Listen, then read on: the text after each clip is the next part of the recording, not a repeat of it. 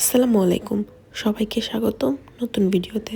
আজকে ভিডিওতে দেখাবো খুবই সহজ উপায় পাফ পেস্ট্রি বানানোর একটু রেসিপি। তো চলেন শুরু করি। তো পাফ পেস্ট্রি পুরের জন্য আমি এখানে মুরগির মাংস কিছুটা মশলা দিয়ে ম্যারিনেট করে নিচ্ছি। এখানে নিয়েছি আদা এবং রসুন বাটা, সয়া সস, চিলি সস, গোলমরিচ গুঁড়ো, গরম মশলা পাউডার এবং লবণ। সব কিছু দিয়ে ভালো মতো মেখে 15 থেকে 20 মিনিট রেস্টে রাখতে হবে। এরপর একটি প্যানে পরিমাণ মতো তেল দিয়ে চিকেনগুলো ভেজে নিতে হবে।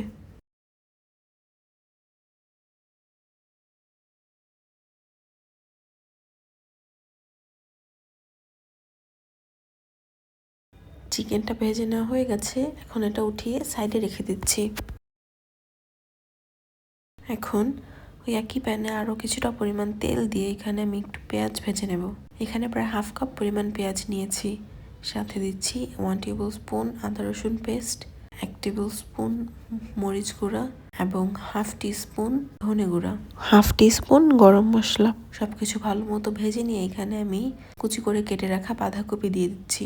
স্বাদ মতো লবণ দিয়ে ঢেকে বাঁধাকপিটা ভালো মতো সিদ্ধ করে নিতে হবে। এই তো বাঁধাকপিটা অলমোস্ট সিদ্ধ হয়ে গেছে।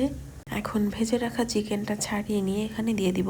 দেখতে পাচ্ছেন আমি চিকেনটা কাঁটা চামচের সাহায্যে খুলে নিয়েছি এবং সাথে দিচ্ছি 1 টেবিল স্পুন ম্যাগি সস। এটা স্কিপ করে চাইলে সয়া সস অ্যাড করতে পারেন। 2 চা চামচ কর্নফ্লাওয়ার পানির সাথে ভালোভাবে মিক্স করে এখন এখানে দিয়ে দিব এবং সাথে দিচ্ছি 2 থেকে 3 টেবিল স্পুন পরিমাণ চিলি সস।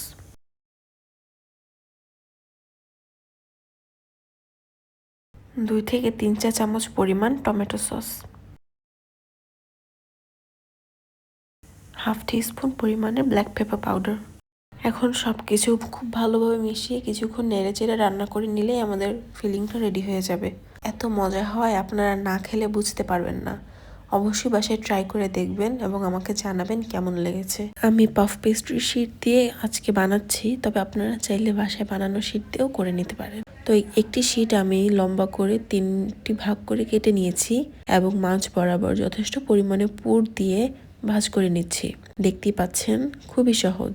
এবং এখানে গ্লু হিসেবে ইউজ করছি আটা এবং পানির মিশ্রণ। এই তো এটা ভাঁজ হয়ে গেছে। এখন যে থার্ড স্ট্রাইপটা রয়ে গেছে সেটা দিয়ে ভালোভাবে মুড়িয়ে নিলেই আমাদের একটা পাফ পেস্ট্রি রেডি। একইভাবে আমি প্রত্যেকটা পেস্ট্রি ভাঁজ করে নেব।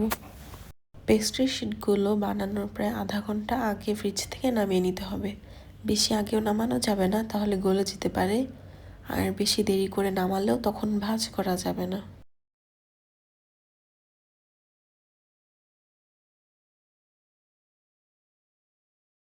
এই তো একইভাবে আমি প্রত্যেকটা পেস্ট্রি ভাঁজ করে নিয়েছি। দেখতেই পাচ্ছেন কি সুন্দর হয়েছে। তো চলেন এখন ভেজে ফেলি। প্যানে আমি যথেষ্ট পরিমাণে তেল গরম করে পেস্ট্রিগুলো দিয়ে নিলাম। এখন মিডিয়াম থেকে হালকা আঁচে ভেজে নেব। উল্টে পাল্টে গোল্ডেন ব্রাউন কালার হওয়ার আগ পর্যন্ত ভেজে নিচ্ছি। পেস্ট্রিগুলো ভাজা হয়ে গেছে, এখন সার্ভ করার পালা। দেখতে কত লোভনীয় লাগছে তাই না? দেখেন এটা কতটা ক্রিস্পি হয়েছে এবং খেতেও অসম্ভব মজা হয়েছিল। অসংখ্য ধন্যবাদ ধৈর্য ধরে আমার ভিডিওটি দেখার জন্য। আশা করি ভালো লেগেছে।